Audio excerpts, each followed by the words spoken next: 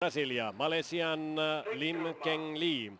Yhdysvaltain Randa Ball, MM-kisojen kakkonen Montrealista. Yhdysvaltain nuori Matt Krivers.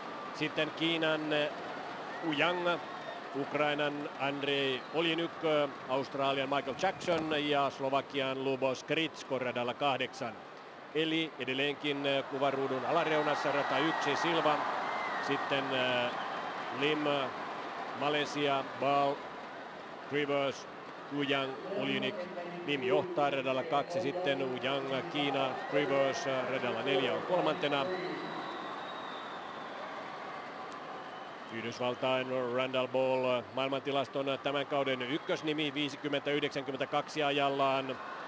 Hän on siis radalla 3 ja kysymyksessä 100 metriä selkäuintia, tullaan maaliin. Teroräty tänään 54-58